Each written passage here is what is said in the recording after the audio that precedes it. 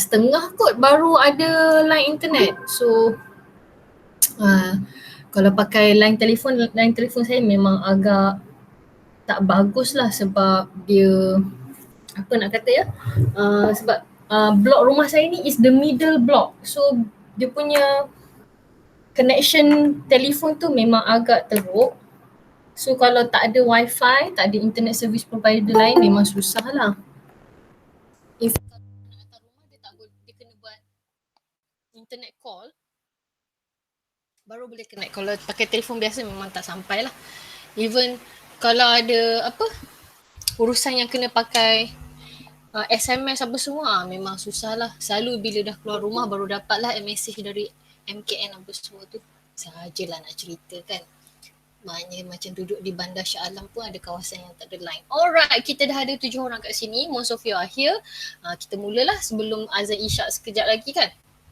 Hari ni kita masuk chapter baru, chapter 9, tapi still tak boleh kejar sekolah kamu dah sampai chapter 10 kan. Hopefully next weekend mungkin kita akan on par dengan sekolah kamu lah sampai chapter 10.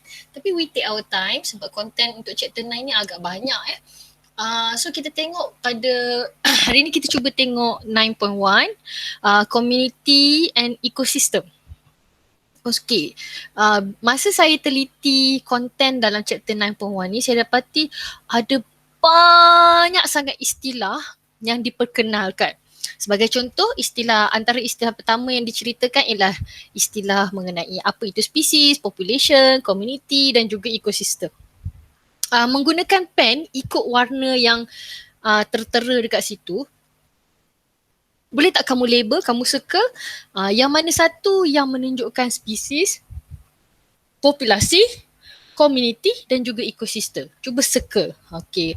Kalau kamu kata kumpulan yang ni menunjukkan community, kumpulan yang ni menunjukkan populasi, yang ini part ni menunjukkan spesies dan sebagainya lah. Okay, kita cuba dulu.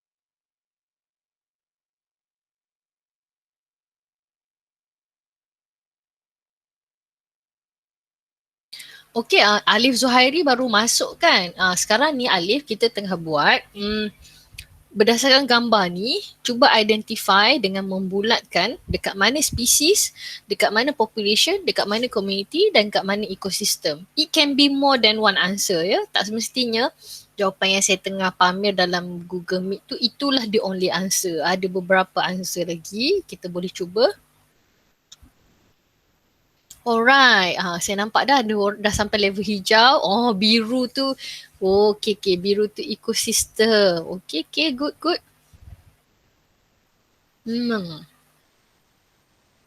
Okay, I agree with you.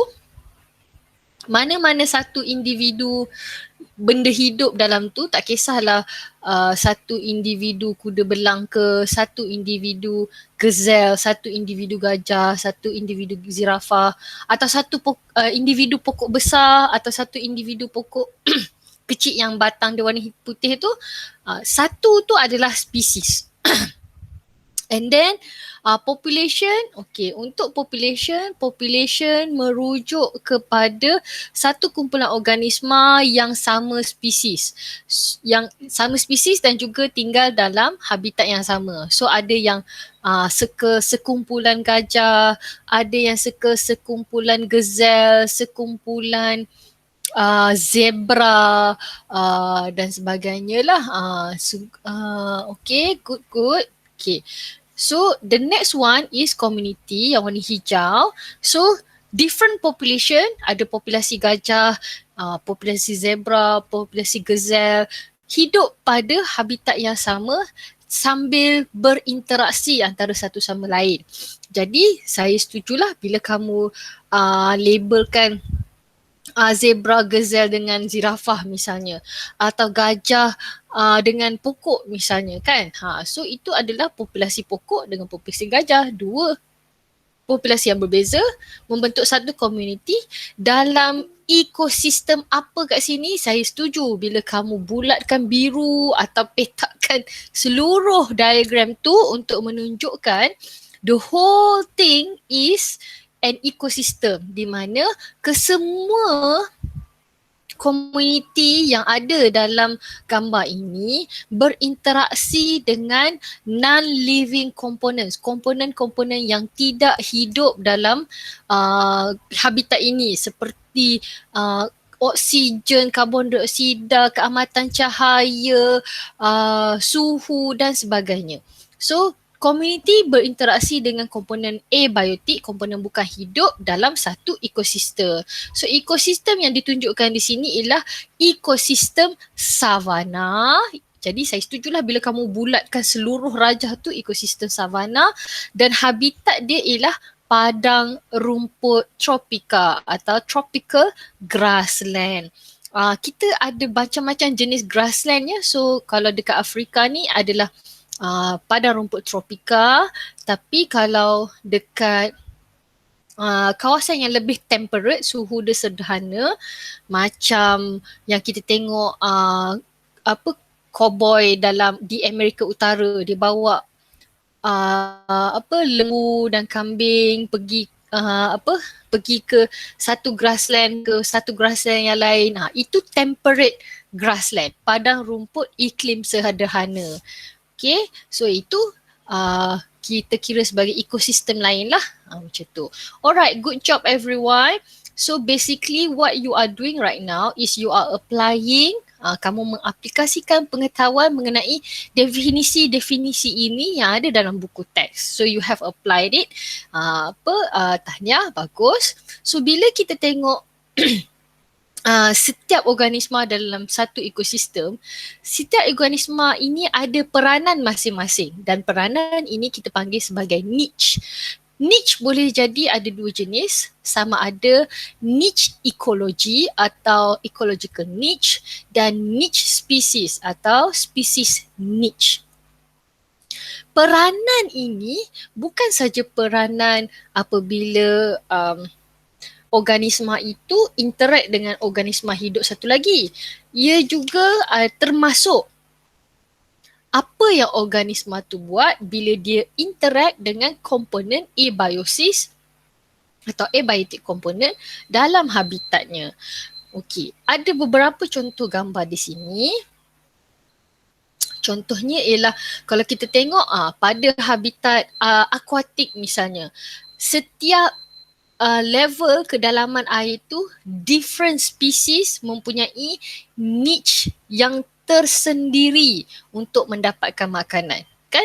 Dan untuk menjalankan niche dia tu, untuk dapatkan makanan tu, dia ada adaptation dia. Cuba tengok paruh burung plover, oyster catchers, avocets, ducks dengan flamingo. Semua paruh dia lain-lain sebab niche dia berlainan. Itu different species. Dalam spesies yang sama pun, misalnya spesies burung warbler ni pun dia ada variety dia. So variety dia ni pun kita tengok niche area dia berbeza walaupun pokok yang sama. Okay, position disebabkan position dia berbeza, jadi niche area dia pun berbeza. Okey, sementara kita tunggu azan isyak pertama habis. Okey, mari kita lengkapkan dulu maksud biotik dan abiotik komponen. Biosis saya silap. Biosis dengan abiosis komponen, maksud dia dan jenis-jenis dia.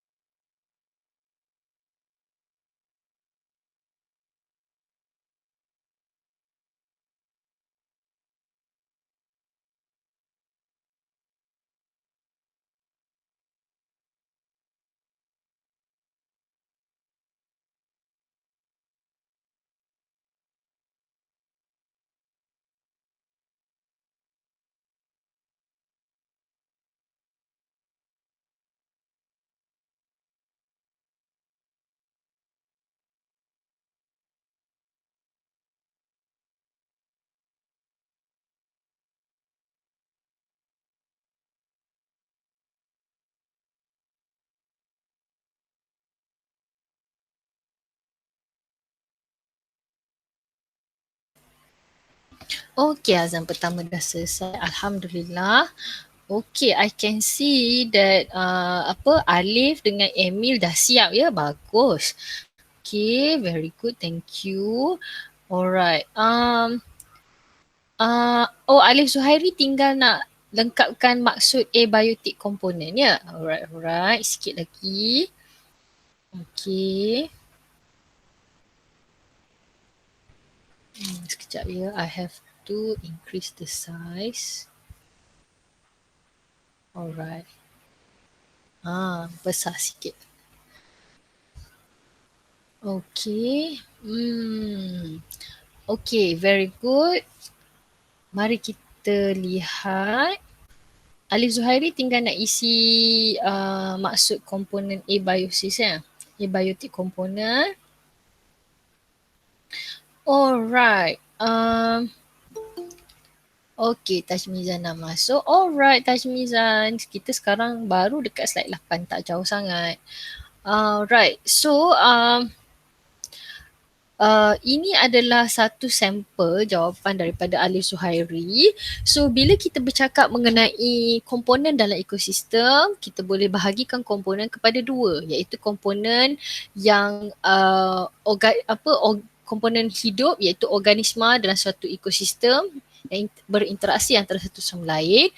Kunci dia situ ialah interaksi. So, bila interaksi, dia punya jenis-jenis komponen biotik tu ialah kita bagi nama kepada kata apa, benda hidup. Kita tak kata haiwan tumbuhan, kita haiwan tumbuhan atau manusia. Kita bagi peranan dia sebab dia punya istilah komponen biotik ialah berinteraksi dengan organisma lain. Sebab itu kita bagi nama, instead of human, animal, plants, kita bagi nama producer, consumer and decomposer. Okay, producer, consumer and decomposer, pengeluar, pengguna atau pengurai. And then untuk abiotic component atau komponen abiosis, maafkan saya mengenai kesilapan, ada error ejaan kat situ. Contoh dia ialah pH value, temperature, light intensity, topografi ada pecahan 3, sama ada gradient, kecurunan, aspect, dan satu lagi altitude. Okay, altitude semakin tinggi dari aras laut, setiap ketinggian tu kita dapati ada spesies yang berbeza. Okay, dia punya abiotic component tu ialah ketinggian kan.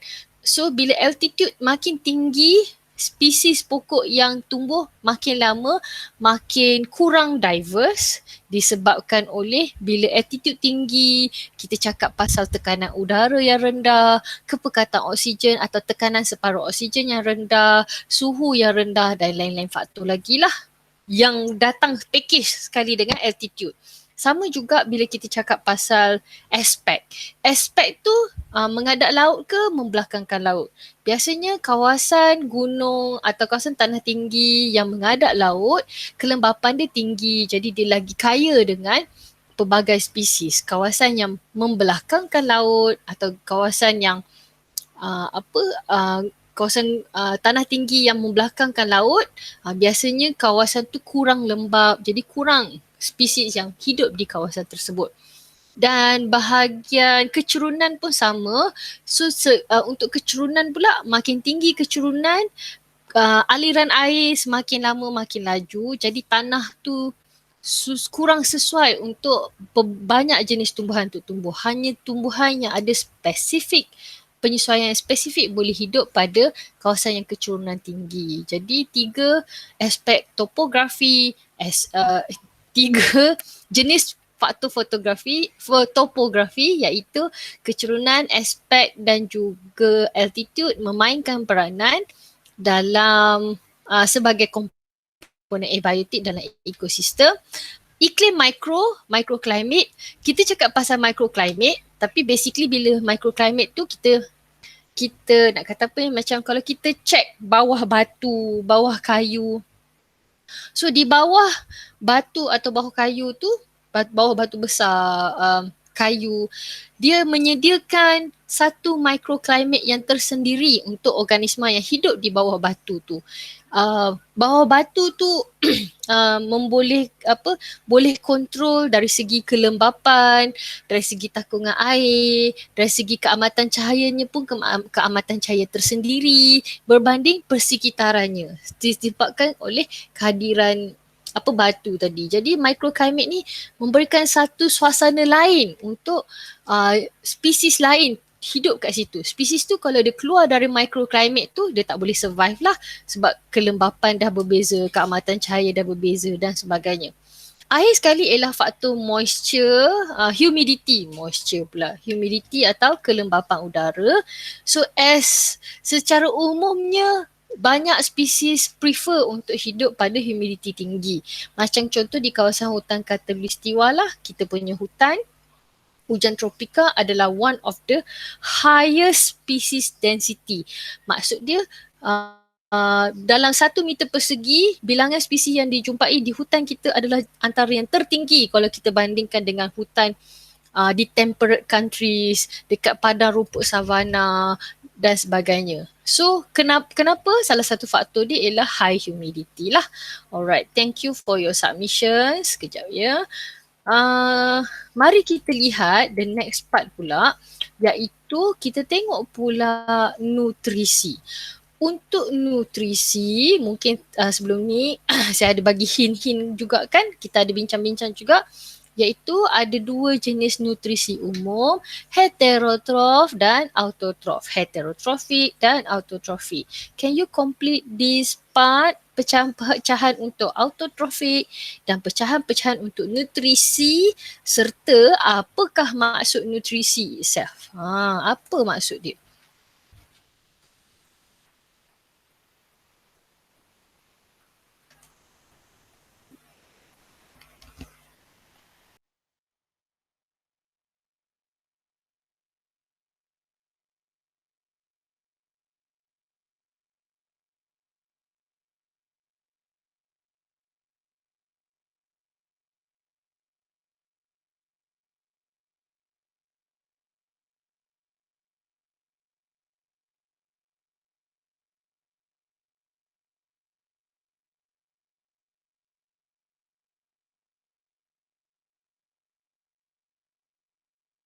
Okay, very good. Kita tengok maksud nutrisi itself. Okay, maksud nutrisi. Okay, Naim, Hazman on the way lah tu. Naim dengan Hazman tu mesti on the way nak tulis tu ya. Alright. Untuk nutrisi, okay, nutrisi tu maksud dia ialah cara organisma, mari kita tengok kat sini satu contoh, cara organisma memperoleh nutrien dan tenaga daripada makanan yang dimakan untuk proses hidup. Okey, ini versi bahasa Melayu. Ada versi bahasa Inggeris. Okay, versi bahasa Inggeris on the way. Okay, basically nutrition is a way for organism to obtain nutrients. Saya dah nampak dah tulisan warna brown tu, very good. Okay, a way for an organism to obtain nutrients and energy from the food for its life processes. Dia nak buat life process apa? Reproduce ke, grow ke dan sebagainya lah kan. Okay. So untuk 2 cara, sama ada dia autotrof atau heterotrof. Autotrof sebab dia boleh sintesis makan sendiri. Heterotrof terpaksa consume daripada organisma lain atau dapatkan organisma lain. So untuk autotrof ada 2 jenis. Okay. Okay, saya ambil satu sampel jawapan daripada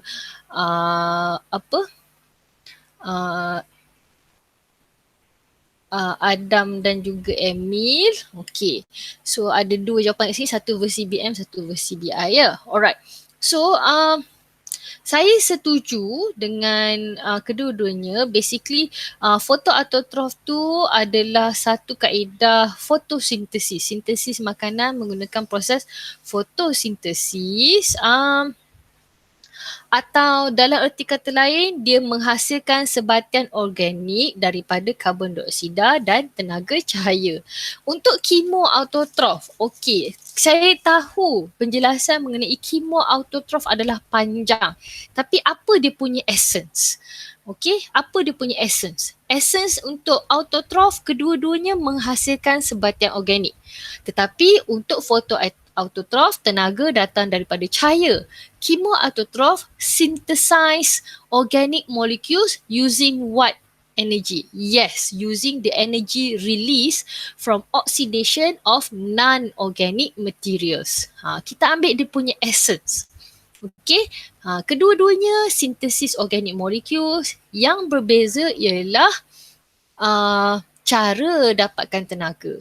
Photoautotrof menggunakan tenaga cahaya, chemoautotrof menggunakan proses oxidation of non-organic materials. Very good. Okay, let's take a look at another sample. Okay, kita tengok sampel.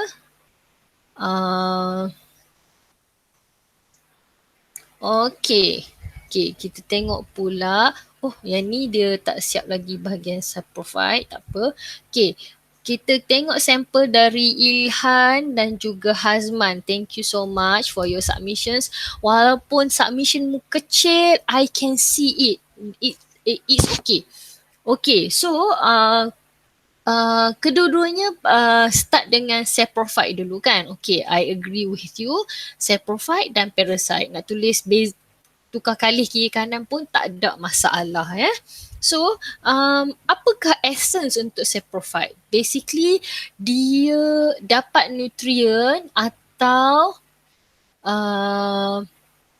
mencernakan bahan organik. Okay, ada dua cara kita boleh tulis. Mendapat nutrien daripada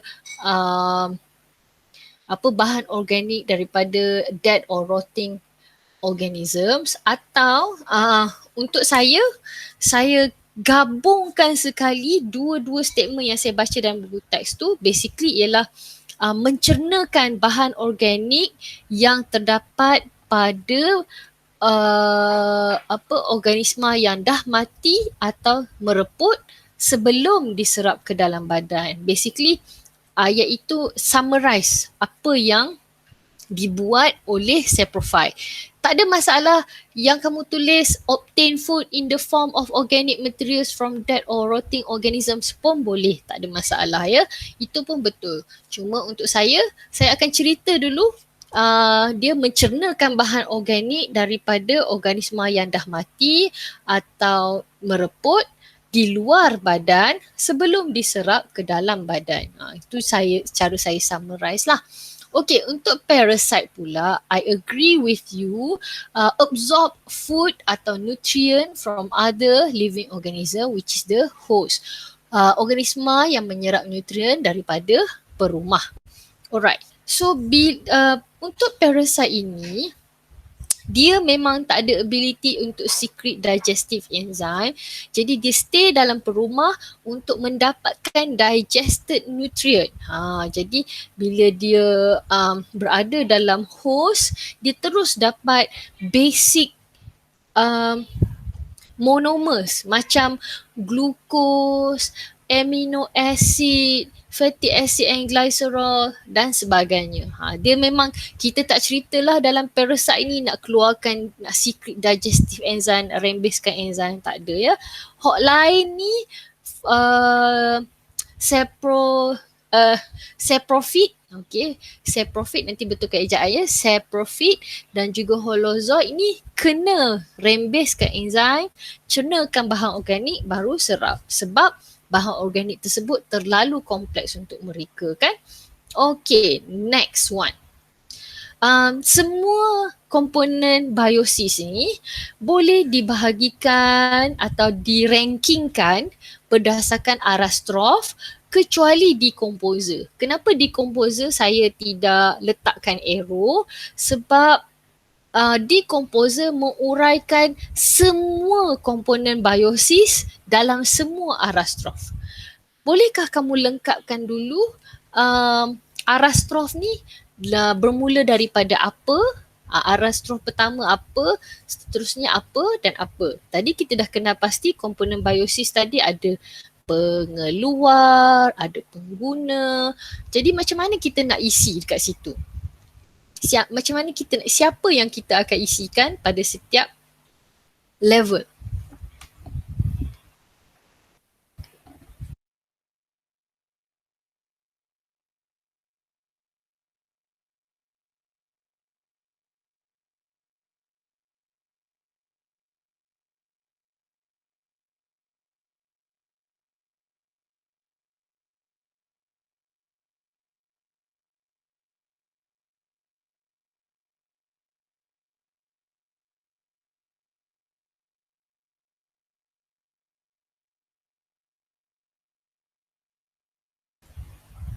Okey, bagus. Okey, Tashmizan dah siap. Okey, thank you for your submission. Okey, let's see over here. Okey ya. So, mula-mula sekali kita tengok apa yang decomposer buat ya. Apa yang decomposer buat.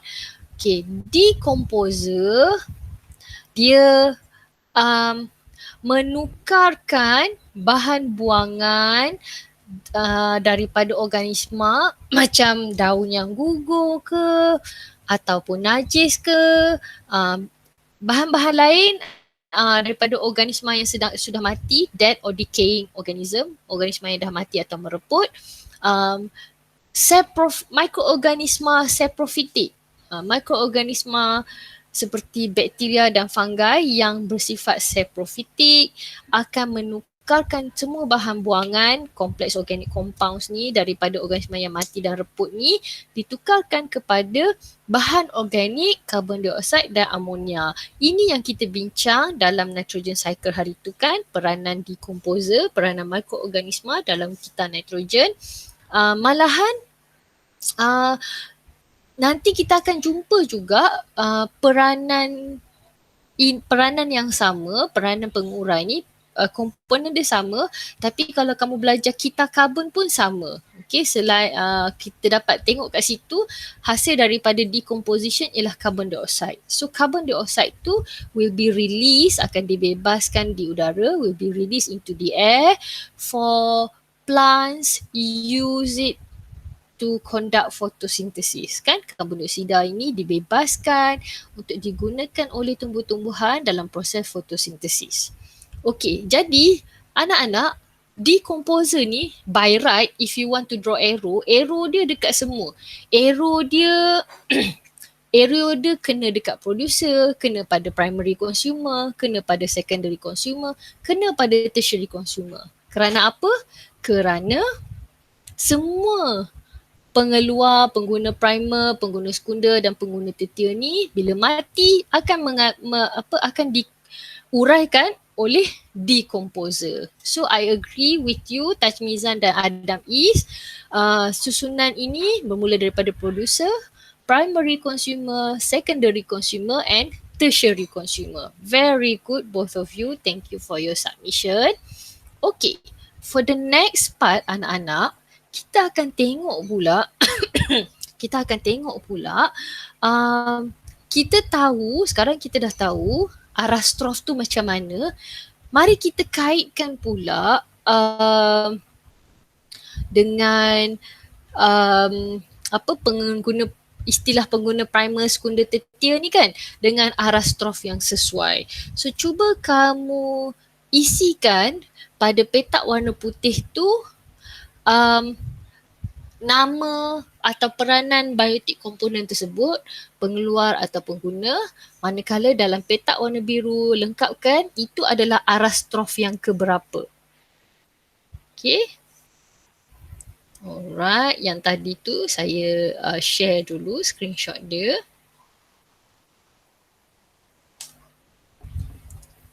Okay, and then saya show responses. Alright.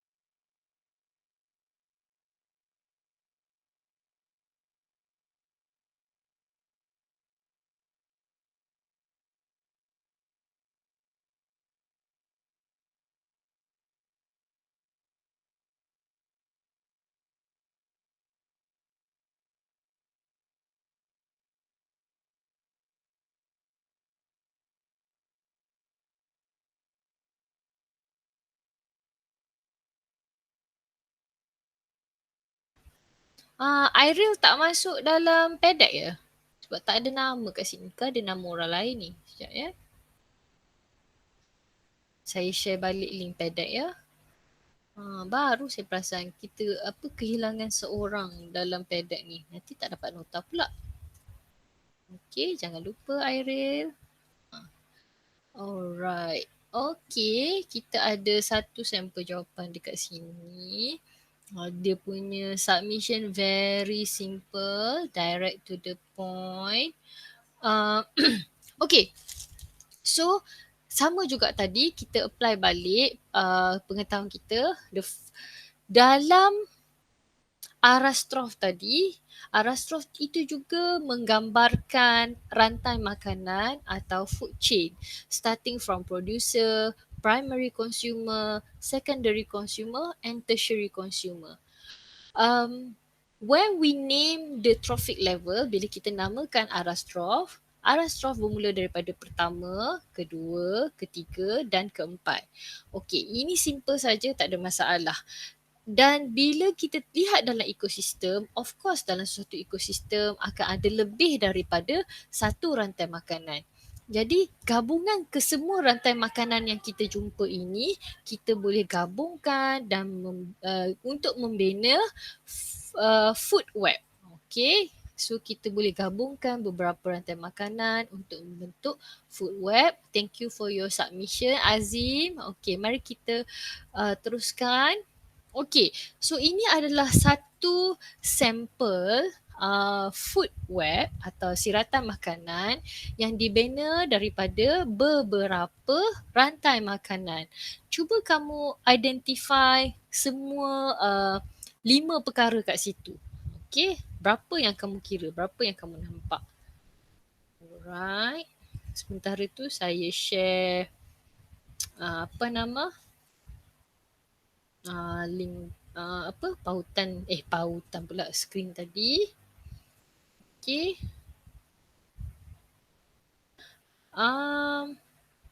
Iril ada masalah nak masuk ke? Kejap. Azim, Alif, Adam, Emil, Hazman, Tashmizan, Alif, Ilhan, Alif Zuhairi. Betul lah ada 2 Alif, lupa pula. Alif Hakimi, Alif Zuhairi, Ilhan, Naim. Okay. Iril ada problem ke, internet problem dia nak masuk ke macam mana? Oh, tengah cuba. Alright. Okay, if you have a problem, sekejap. Saya akan bagi dekat Iril PDF version juga. Okay, saya bagi PDF version so that kamu kalau tak boleh masuk PDEC tu tak ada masalah, no worries. Saya bagi PDF version sambil buka sambil tengok Google Meet ni sambil buka PDF. Okay. Dan kalau Irene nak jawab nanti, Irene jawab dalam Google Meet boleh, jawab dalam Telegram pun boleh. Okay, sebentar lagi saya akan share dekat Irene PDF dokumen ya. On the way slow sikit sebab ramai guna internet kat rumah ke maksud dia? Sebab wifi congested je. I can understand the struggle. Okay, sekejap ya. Okay, Iril saya hantar. Nanti please check your message. Check your personal Telegram. Saya hantar nota hari ni bentuk PDF ya. Alright. Okay, besar sikit file dia, 3.5 MB. Alright anak-anak, let's take a look at your submissions. Okay, so kita tengok kat sini jumlah haiwan dia ialah 8. Okay, 1, 2, 3, 4, 5, 6, 7, 8. Very good. 8. Producer dia ada 1 saja, pokok oak saja. Herbivore ada 4, I agree with you. Secondary consumer ada 3.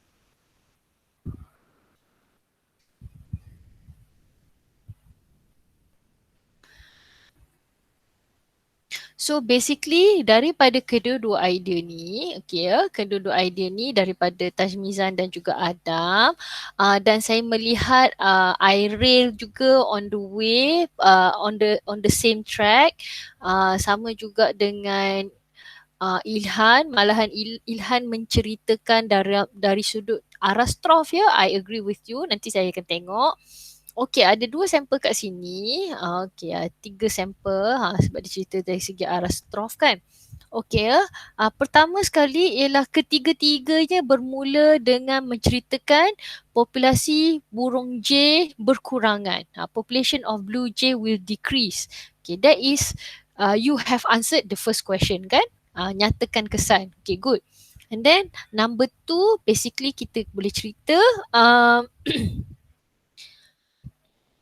bila pokok bila sekejap ya. Dia punya soalan. Okay, caterpillar tak ada. Okay, so bila caterpillar tak ada, senario dia ialah kekurangan makanan untuk secondary consumer, iaitu kamu juga boleh sebut kekurangan makanan untuk kumbang juga semut. Decrease in food source for secondary consumer, atau sekejap ya. Okay, that is number 1. Okay, kita fokus dekat 2 jawapan ni dulu. Explanation 1 tadi ialah kurang sumber makanan untuk secondary consumer, iaitu beetle and ant. Nombor 3, menyebabkan kurangnya populasi beetle and ant. The population of beetle and ant decreases. Okay, dan ini menyebabkan kekurangan makanan untuk blue jay.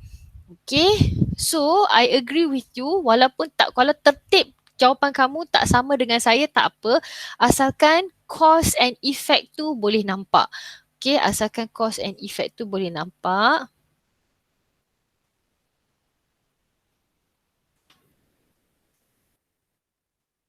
Okay, iaitu apa tadi? First, jawapan kita ialah populasi blue jay menurun. Nombor 2, sebab sumber makanan untuk secondary consumer berkurangan. Ini menyebabkan populasi secondary consumer, kalau kamu sebut semut dengan kumbang pun betul, tak ada masalah. Populasi berkurangan, nampak? Makanan secondary consumer berkurangan, populasi secondary consumer berkurangan, menyebabkan makanan untuk blue jay berkurangan. So kita cakap pasal 3 aspek yang berbeza ya. Makanan beetle and ant berkurang. Therefore the population size of beetle and ant decreases. And subsequently the blue jay will lose their source of food. Okay. Alright. Mari kita tengok jawapan. Okay. Tadi saya perasan ada seorang student dia cakap pasal pengeluar ya. So pengeluar kita tak cerita dekat sini sebab yang berkurang ialah caterpillar. So caterpillar adalah primary consumer. So instead of kamu tulis apabila pengeluar berkurangan, tukarkan kepada apabila pengguna primer berkurangan. Tukar sikit. Caterpillar tu bukan pengeluar. Caterpillar tu adalah primary consumer atau pengguna primer. I message you ya. I message you.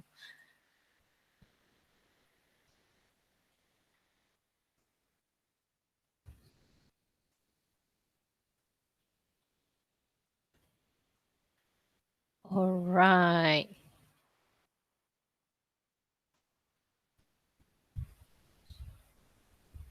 Okay. Ada satu lagi soalan berkaitan dengan food web ni. Mari kita tengok. Okay. Kutu mendapat nutrisi dari rusa dengan menghisap darah. Namakan dua molekul yang berbeza atau dua sebatian yang berbeza yang ada dalam darah rusa yang menjadi nutrien kepada kutu. Can you name two different molecules that can be found in the blood of deer that serves as the nutrients for the tick atau kutu?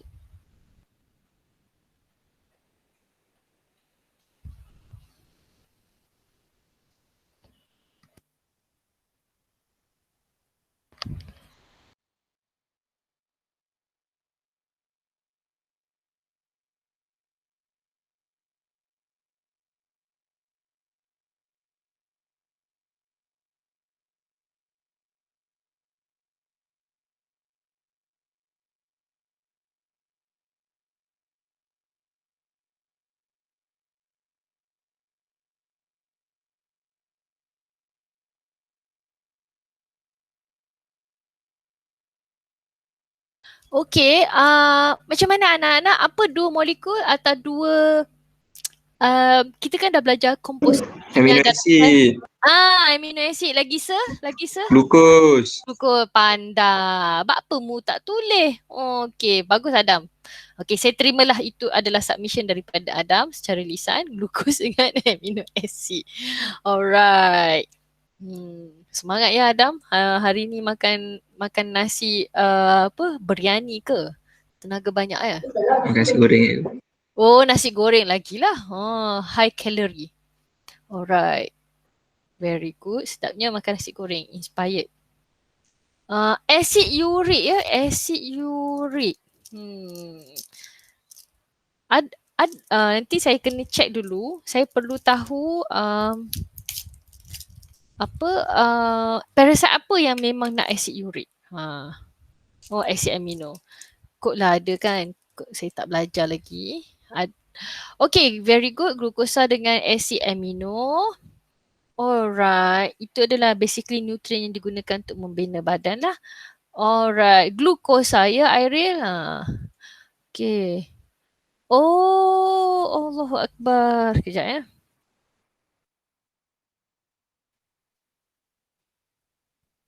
Sekejap ya. Saya Holish hantar mesej kat saya. Saya bagi.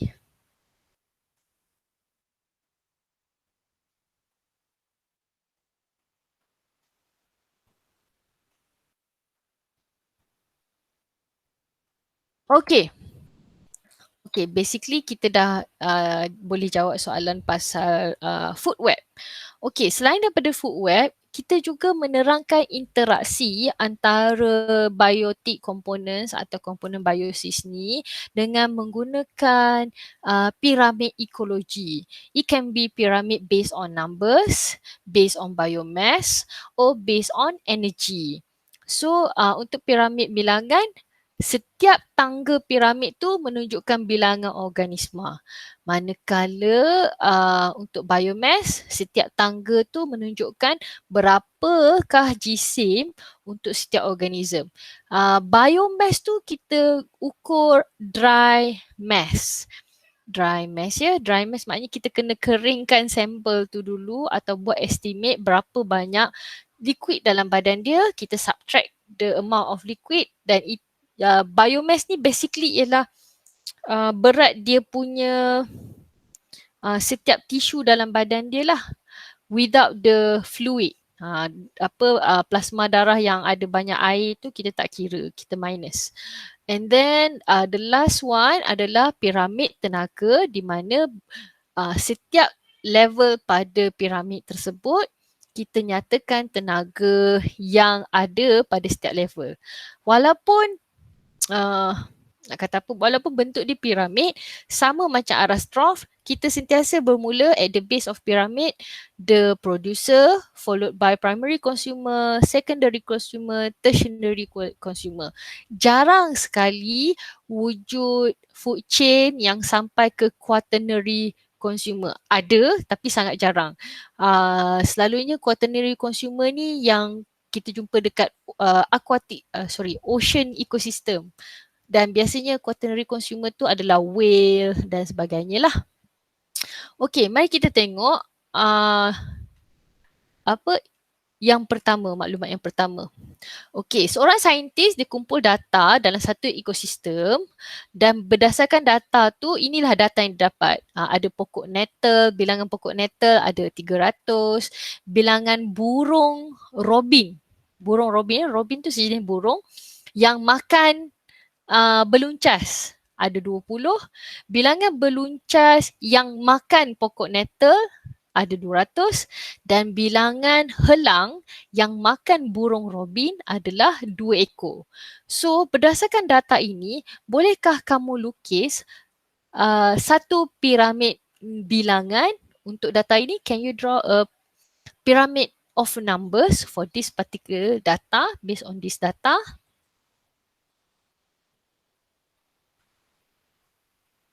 Untuk Airil, mungkin kamu boleh lukis dalam kertas, lepas tu tangkap gambar, hantar kat saya ya. Hantar kat Telegram pun boleh, nanti saya check.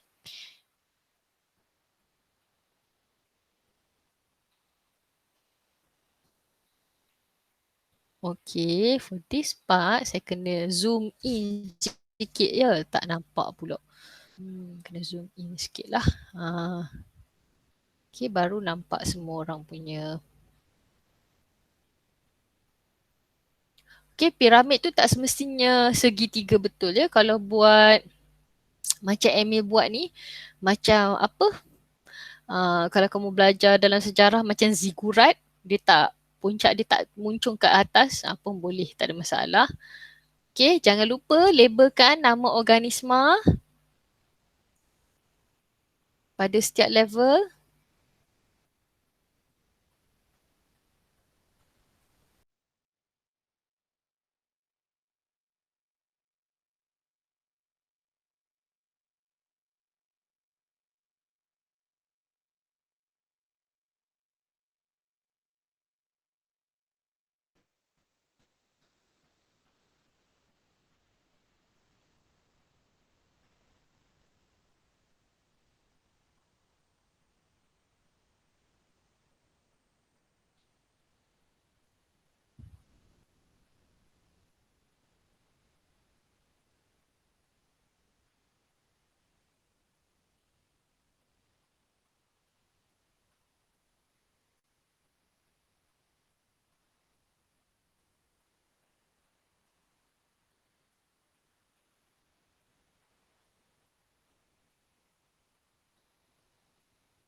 Okay. Most of you are on the right track. Okay. Dia, okay. Menarik ya. Strategi Ilhan ni dia tulis nombor dulu baru dia lukis segitiga ya. That is a good idea. Bagus-bagus, teruskan. So you can use a line tool atau boleh free drawing, tak ada masalah. Okay. So bila anak-anak tengok, okay ya. Bila anak-anak tengok Ilhan dia siap ada matahari ya kat situ. Wah, ini macam piramid dekat Giza ke apa. Okay. So I have 2 samples here. Okay. Kedua-dua sampel walaupun bentuk segitiganya slightly varied, tapi okay, tak ada masalah, masih lagi menunjukkan hubungan yang baik. Okay.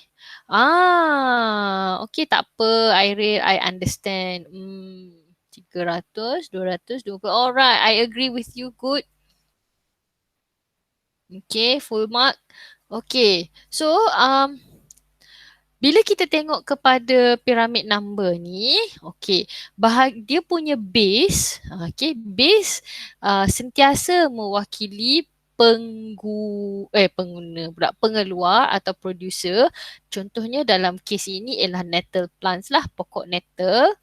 Dan Bahagian yang seterusnya mewakili arah strof kedua, ketiga dan keempat, iaitu pengguna primer, caterpillar, pengguna sekunder, robin dan pengguna tertier iaitu eagle. Okay, very good everyone. Okay. Okay, saya screenshot dulu. Boleh jadi rujukan nanti. Sebab Holly pun tak dapat masuk malam ni ya. Okay. Seterusnya ialah kita cuba satu lagi jenis piramid. Okay, kita ada different data dan kita cuba satu lagi jenis piramid iaitu piramid apa ya? You have to decide based on data. Cuba tengok. Okay. Sebelum tu ada soalan, lupa pula. Data yang kita nampak ni ialah data yang dikutip semasa musim panas. Bolehkah kamu cadangkan kenapa bilangan beluncas berubah semasa musim sejuk? Suggest why the number of caterpillars might be different during the winter. Pasal apa? Okay, ini data musim panas. Bila musim sejuk, bukan mungkin. Masa musim sejuk, bilangan caterpillar tu mungkin bukan 200. Mungkin bilangan dia berubah. Berubah macam mana tu? Dan kenapa dia berubah? Okay. So, okay, berubah. Okay, I like the way you think, Alif dan juga Naim. You started off with memberitahu dulu berubah tu sebab apa kan? Okay, berubah sebab berkurang. Bukan berubah sebab. Kamu nyatakan dulu berubah dia berkurang. Okay, bagus. Okay, sama juga dengan Emil. Adam tu macam nak bagi tahu tu tapi dia tertinggal kot. Okay, so saya setuju dengan Alif Hakimi. Dia start dengan bilangan beruncas berkurang. Okay, kenapa susah nak dapat nutrien, Alif? You are on the right track ni. Sikit lagi, kenapa nak susah nak dapat nutrien? Nutrien dia hok mana se? Okay.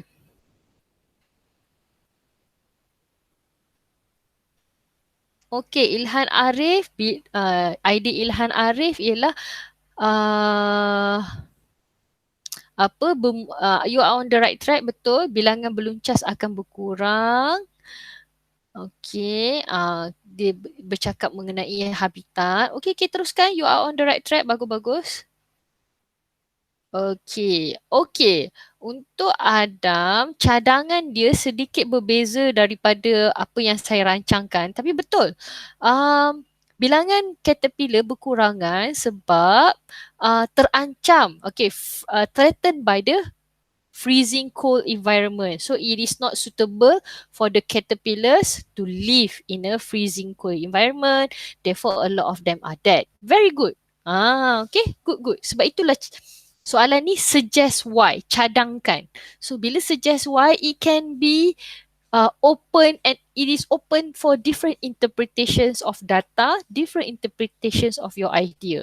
So contohnya macam Adam ni dia bagi pasal memang suasana sejuk tu tak sesuai untuk caterpillar. I agree with you.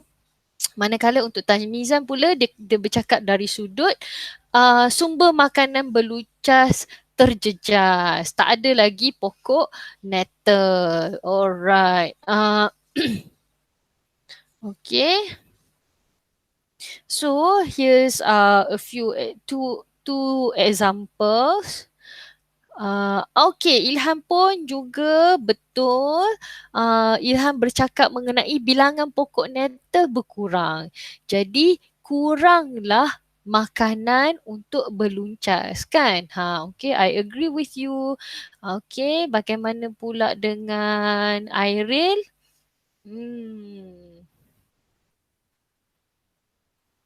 Oh, alright. Okay, Airil punya idea anak-anak, dia kata macam ni. Sebab masa musim sejuk kan ada snow kan. Therefore, beluncas ni terdedah kepada dia punya pemangsa dia iaitu robin. So robin akan senang nak tangkap beluncas, jadi populasi beluncas berkurangan disebabkan robin banyak mencari makan pada musim sejuk. Kan caterpillar kan biasanya warna hijau. So kontras lah dengan the green snow. So dia tak ada unsur camouflage dah kat situ. Daun pun dah tak ada. Jadi caterpillar terdedah kepada dia punya pemangsa iaitu burung robin. Okay, I agree with your idea, Irene. Very good. So you have different ideas over here. You can see here that is nak kata apa, soalan yang saya bagi ni adalah satu sampel soalan yang kalau dalam SPM saya akan letak pada bahagian C. Soalan bahagian C. Okay. Okay, Alhamdulillah. Mari kita pergi ke slide yang seterusnya. Okay, kita ada different data pula kat sini. Bolehkah kamu lukis data seterusnya? Okay, kita ada ekosistem lain pula.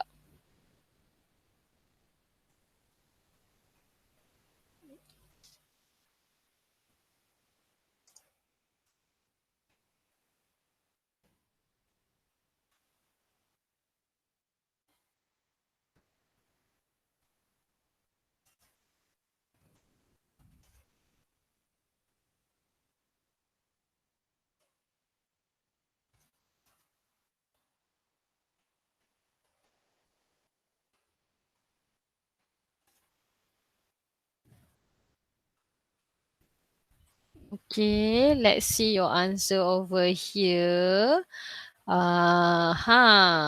Oh, saya nampak macam makin pantas ya lukis piramid, makin kemas. Okay, good. Okay.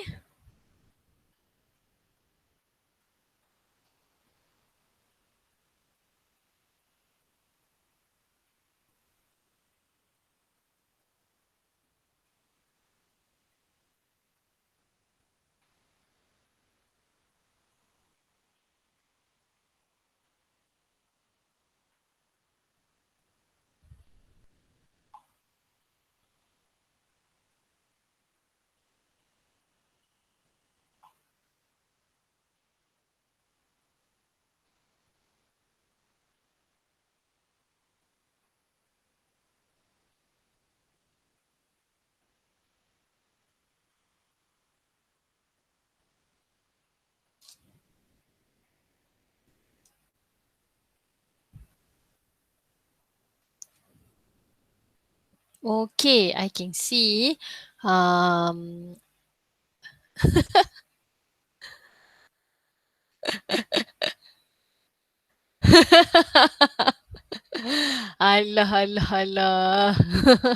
Semua piramid lawa. Memang different lah.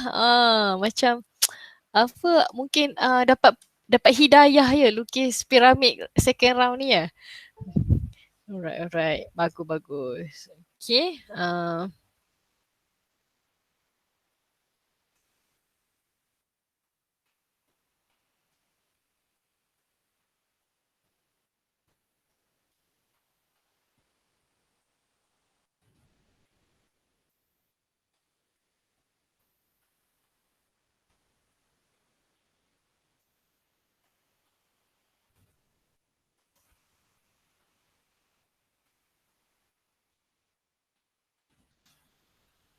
Okay, I can see your answer. Ada orang panjat piramid. Dahsyat. Okay, macam-macam idea dia ya. Okay. Azim punya tu adalah yang paling menarik kaedah dia. Dia tulis dan highlight dulu, lepas tu baru buat garis. Oh, that is a good idea. I agree with you. Okay. Okay, Irene. I agree with you. Good. You are on the right track. Sebab kamu kata terbalik. Sabar je lah. Dah lah tulis dengan pensel. Padam je lah kan. Tak ada. Itu tak apa. I can understand. Okay, jangan lupa anak-anak. Setiap arastrof tu kita labelkan. Kita labelkan apa nama tu? Nama haiwan dia. Mu jangan lupa. Jangan lupa ya. Jangan lupa. Okay, ini 2 submission daripada Emil dan juga Azim. Okay, jangan lupa label haiwannya kapon nama, kapon dia haiwan dia kan. Okay, kat mana entah. Ni je. Alright. Alright, I can see here.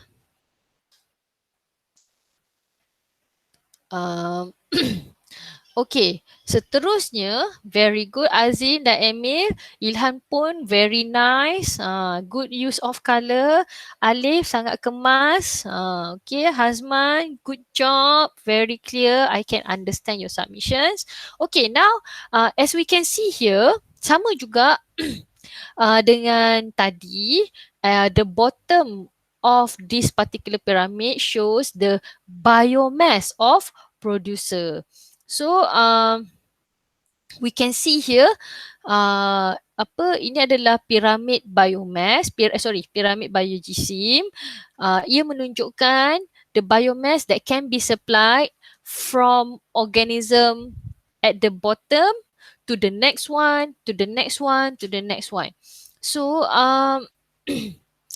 the total mass of producers that can be eaten by primary consumers, kalau kita tengok kat situ, dia punya total mass dia adalah sangat besar, 15,200 kilogram kan, is higher than the total biomass of the primary consumer, grasshopper atas dia.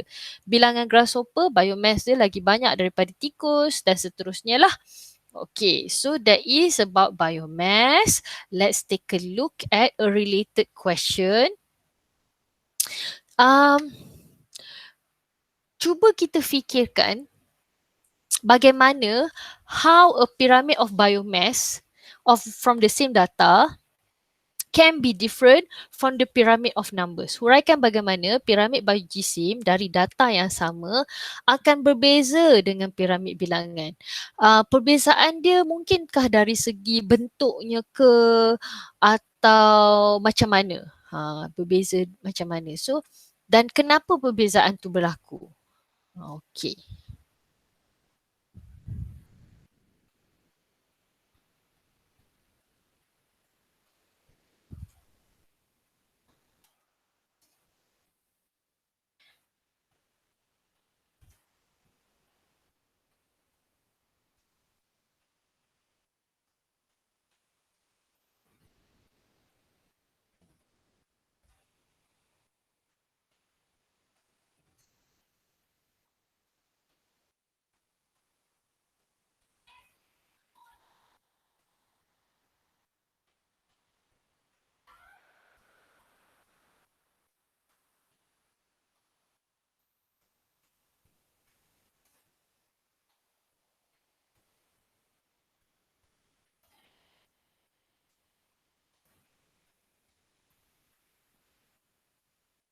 Okay. Oh, saya tak faham soalan. Okay.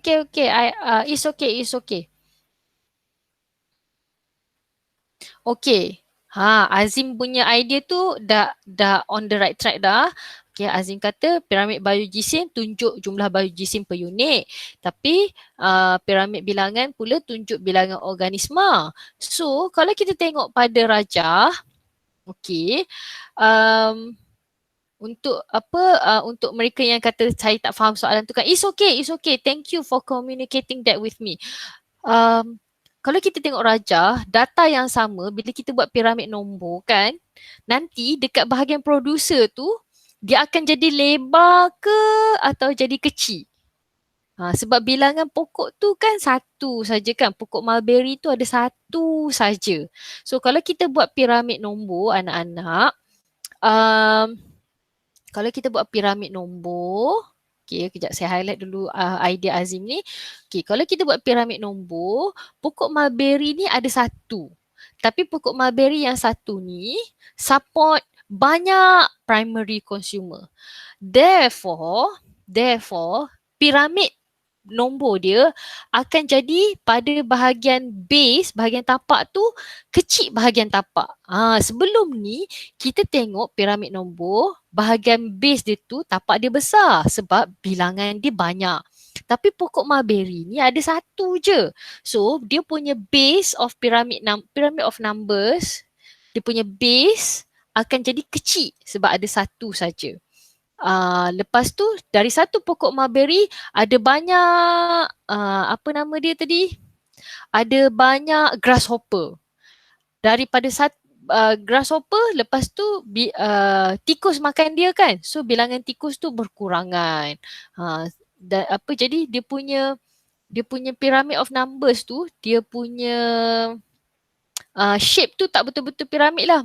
Mula kecil, lepas tu lebar, arah strof pertama kecil, arah strof kedua lagi lebar, arah strof ketiga kecil balik, arah strof yang keempat kecil balik, lagi kecil. Macam tu ya.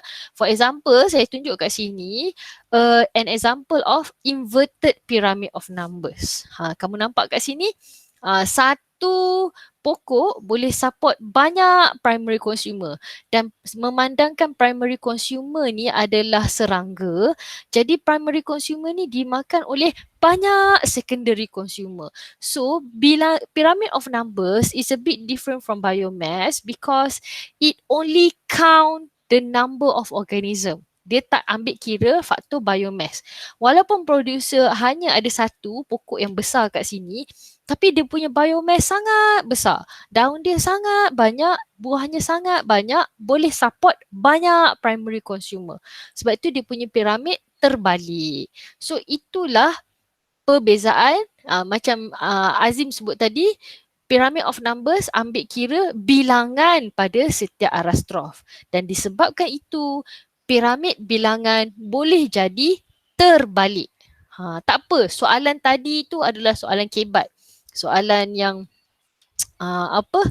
bukan mengenai jauh sangat daripada asas ni. Nak tengok kamu boleh faham ke tak, atau saya cuma nak memperkenalkan senario bahawasanya boleh ada piramid terbalik. Okay, this is the next pyramid. Piramid ni adalah data tenaga daripada satu ekosistem. Lukiskan piramid yang sesuai berdasarkan data. Alright. Mesti pantas gila lah kamu lukis ni. Sebab dah macam veteran, dah jadi veteran piramid.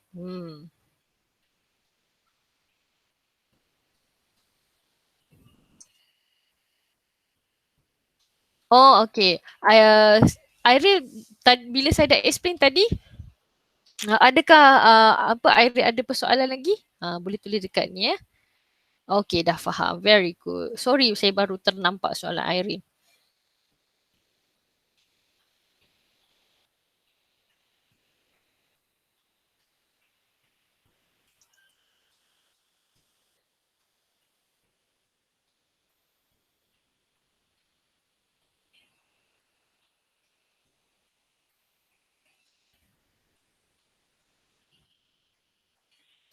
Alright, let's see your answer here. Pantasnya dia lukis piramid. That is good guys. That is a good sign. Alright. Piramid makin cantik ya. Okay. Saya tak berapa pasti nak translate Houghton bush tu macam mana. Sebab dia basically macam semak, macam belukar pokok Houghton. So saya tak sure. Okay, jangan lupa Naim tuliskan, labelkan apakah nama organisma pada setiap level. Alright. Nama organisma tu penting ya. So, as you can see here from your pyramid of energy, okay. From your pyramid of energy. Okay, tolong kira sekali X tu berapa? Burung pipit tu berapa joule dia? Saja cek letak X kat situ, nak minta hampa kira.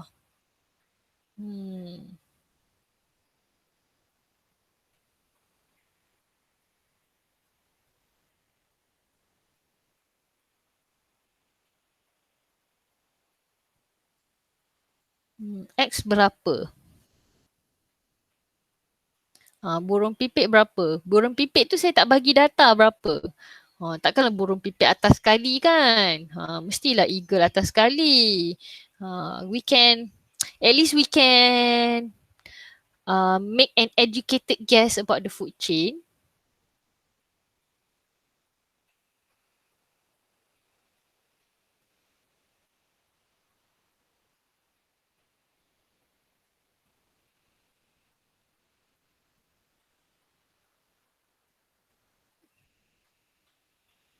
Okay.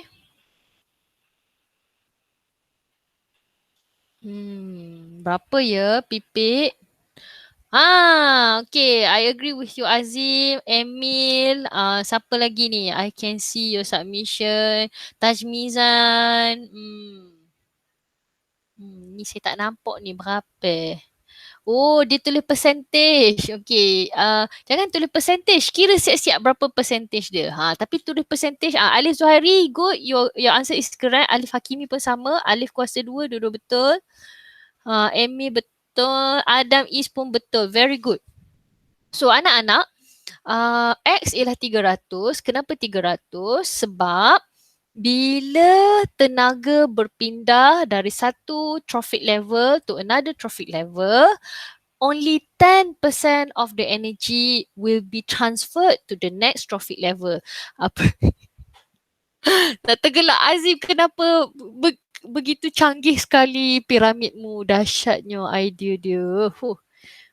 Idea malam-malam ni macam-macam ya, berkembang ya pemikiran, bagus-bagus. Okay. Berbalik kepada yang saya nak sebut tadi, ya Allah, nak tergelak pula, banyak tergelak pula malam ni. Okay, apa tadi saya nak sebut? Okay, so bila bila tenaga berpindah dari satu arah strof ke satu arah strof yang lain, hanya 10% saja yang terpindah. Sebab itulah kita nampak daripada 300,000, next trophic level hanya 10% saja dapat pada beluncas, 3,000 joule. Next trophic level, burung pipit dapat 300 sahaja. 10% dari 3,000 ialah 300 dan sebagainya lah. So, bermula daripada trophic level yang bawah sekali, producer obtain energy source daripada tenaga cahaya matahari untuk buat fotosintesis dan menghasilkan tisu, sel, macam-macam lah organ pada producer. So bila primary consumer makan producer, makan daun, makan buah dan sebagainya, 10% of the energy will be transferred into the body tissues of the primary consumer. Dan bila secondary consumer, bila burung pipit makan beluncas, 10% tenaga daripada beluncas berpindah masuk ke dalam songbird atau burung pipit. Sebab itulah nilai dia hanya 300 joule. Dan bila burung helang memakan burung pipit, 10% daripada 300 joule berpindah ke dalam badan helang. So the rest 90% akan digunakan untuk pelbagai proses metabolisme badan, menjadi waste atau discharge daripada badan, perpeluhan ke, najis ke, urin dan sebagainya lah. Sebab itu 90% tu 90% stay, 10% yang berpindah. Alright, so all of you have already submitted. Iril pun dah. Okay, you are on the right track Iril. Very good. Okay, sekarang ni anak-anak, mari kita tengok satu soalan berkaitan dengan pyramid of energy tadi. Can you explain why not all the energy in a producer passes to the primary consumer? Kenapa tidak semua tenaga daripada pengeluar berpindah kepada pengguna primer? Okay. Wah, pengeluar kedekut. That is an interesting idea.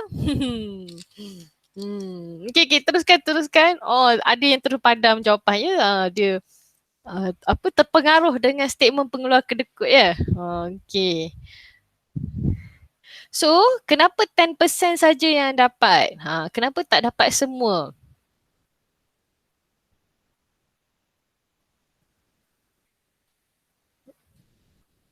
Oh, okay. Tengok kod Airi tengah tulis. Okay, very good. Kenapa tidak semua? Okay, I will explain. Kerana 90%, kena tambah kat situ 90%. Kerana 90% tenaga hilang dalam bentuk tenaga respirasi dan juga najis, ekskremen. Okay, boleh tambah kat situ 90% tenaga hilang dalam bentuk tenaga dan respirasi. 10% hanya 10% saja yang dapat kepada pengguna primer. Very good. So itulah dia punya explanation dia kenapa 2 markah.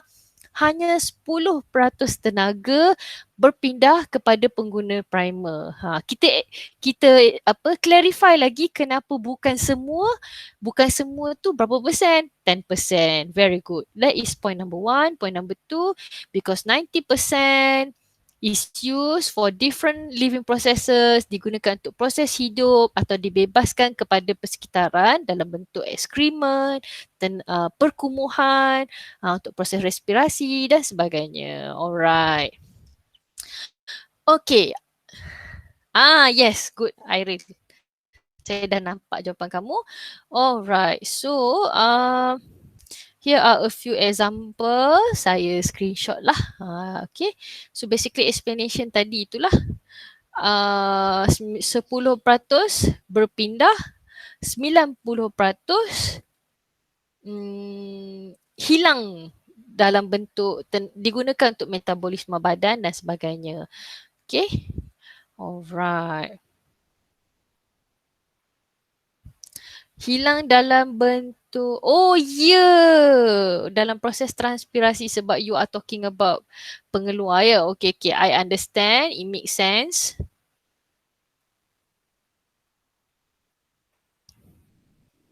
Okay. Now, kita ada 5 minit lagi. Last kali. Tak nak lah. Saya tak nak lah ni nanti mau bebankan kamu pula. So, next class nanti kita akan bincangkan ni dan 9.1 ni sebenarnya besar ya. Yang adaptasi mangrove tu semua dekat 9.1. So nanti kita akan tengok next class next week. So macam biasalah saya ingin mendapatkan sedikit reflection daripada kamu. Ada part-part mana yang susah ke? Yang perlukan bantuan? Jika tiada, tulis tiada. Jika suka, apa yang kamu suka? Kamu suka lukis piramid banyak-banyak ke? Okey, dah kata dah. Ada yang suka lukis piramid. Okey. Suka lukis piramid ya. Bagus hampa malam ni. Si ada keluar jawapan kelakar lagi. Okay. So memang 9.1 ni dia ada banyak terms. Tapi terms ada yang rasa susah lukis piramid Aduh. Menghas. Alright. Okay. Nak hafal. Okay, untuk trough, kita just tahu dari food chain tu, the first one is arah trough pertama, kedua, ketiga, keempat. Itu saja. Dia tak ada specific names. Yang susah sikit mungkin yang lepas ni lah, nutrition, saprophytism, example dia, symbiosis apa, competition contohnya apa. Okay. Hafal maksud segala trough. Okay, faham. Bukan aras trough tapi foto atau trough, kimo atau trough apa semua tu ya. Alright. So satu lagi take home point dia hari ni anak-anak, selain daripada kita mengenal pasti nama atau jenis-jenis komponen biotik dengan abiotik, kita juga telah bincangkan apa dia punya relationship in terms of feeding lah. Perhubungan dari segi pemakanan iaitu dengan membina rantai makanan, dengan membina siratan makanan dan juga piramid-piramid yang hampa suka sangat itulah. Piramid nombor ada, piramid biomass ada dan juga piramid tenaga. Dan pemindahan tenaga dari satu aras trough ke aras tersebut seterusnya hanyalah 10% because of reasons that we have discussed before. So Alhamdulillah, thank you so much for all of your responses. Next week kita cuba selesaikan 9.1 ni dengan jayanya. Hopefully Allah bukakan hati dan minda kita untuk menerima segala information yang ada dekat 9.1 ni, sebab saya tengok wah ini memang lambakan terma-terma atau konsep-konsep kat sini ya. So hopefully it helps you a lot lah, sebab kamu pun dah melalui chapter 9 dengan chapter 10 kan. So thank you so much for coming today, Ilhan, Airil, Naim, Azim, Alif, Tajmizan, Adam, Hazman, Emil. Thank you so much for coming. Have a nice day. Assalamualaikum. Sekian wabillahi taufiq hidayah. Terima kasih. Bye. Sama-sama.